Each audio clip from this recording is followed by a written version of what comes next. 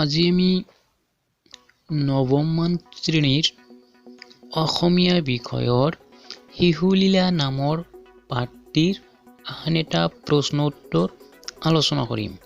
প্ৰশ্নটো হ'ল, শিশুলীলা পাঠটিত ফুটি উঠা শ্ৰীকৃষ্ণৰ মানৱীয় ৰূপৰ বিষয়ে নিজৰ ভাষাৰে লিখা। উত্তৰ: শিশুলীলা পাঠটিত শ্ৰীকৃষ্ণৰ চৰিত্ৰটি এটি সাধাৰণ মানৱ শিশু হিচাপে অংকন কৰা হৈছে।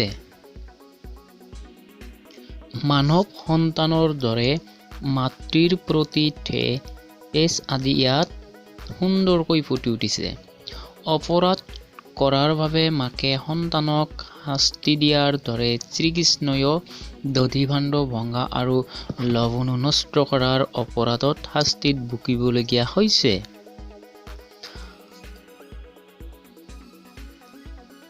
কাহিনীটো হ'ল, এদিন এখন নন্দ ৰজাৰ পত্নী যশোদাই শ্ৰীকৃষ্ণৰ শৈশৱ কালৰ লীলা স্মৰণ কৰি কৃষ্ণ গীত গাই গাই দধিমতী আছিল।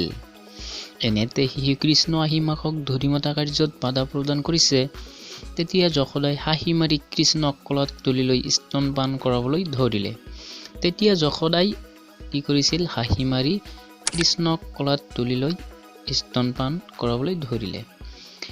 সেই সময়তে গাখীৰ উতলি পৰিবলৈ লোৱা দেখি যশোদাই কৃষ্ণক কোলাৰ পৰা নমাই থৈ গাখীৰ নমাবলৈ গ'ল। স্তন পান কৰিবলৈ নাপাই কৃষ্ণৰ মাকৰ ওপৰত খং উঠিল আৰু শিলগুটিৰে দৈৰ পাত্ৰবোৰ ভাঙি পেলালে। খঙেৰে উৰুলৰ ওপৰত বহি লৱণো চুৰ কৰি খালে আৰু চাৰিওফালে পেলাই নষ্ট কৰিলে। সিকিয়াৰ পৰা লৱণো নমাই আনি বান্দৰবোৰকো দলিয়াই দলিয়াই খাবলৈ দিলে। ক্ষীৰ নমাই আহি যশোদাই পুত্ৰৰ এনে কাৰ্য দেখি ক্ৰোধিত হ'ল আৰু কৃষ্ণক এই শিকনি দিবলৈ হাতত এছাৰি ল'লে। মাকৰ ভয়ত কৃষ্ণই উৰুলৰ পৰা নামি লৰ মাৰিলে।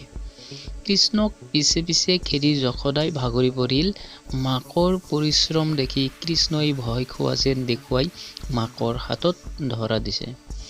যশোদাই কৃষ্ণক ধৰি লৈ গালি সাপনি পাৰি শেষত উৰুলত বান্ধি থবলৈ সাজু হ'ল। ভিডিঅ'টো চোৱাৰ বাবে সকলোকে ধন্যবাদ। যদি কিবা স্পেলিং মিষ্টেক হৈছে সেইখিনি আপোনালোকে ঠিক কৰি ল'ব।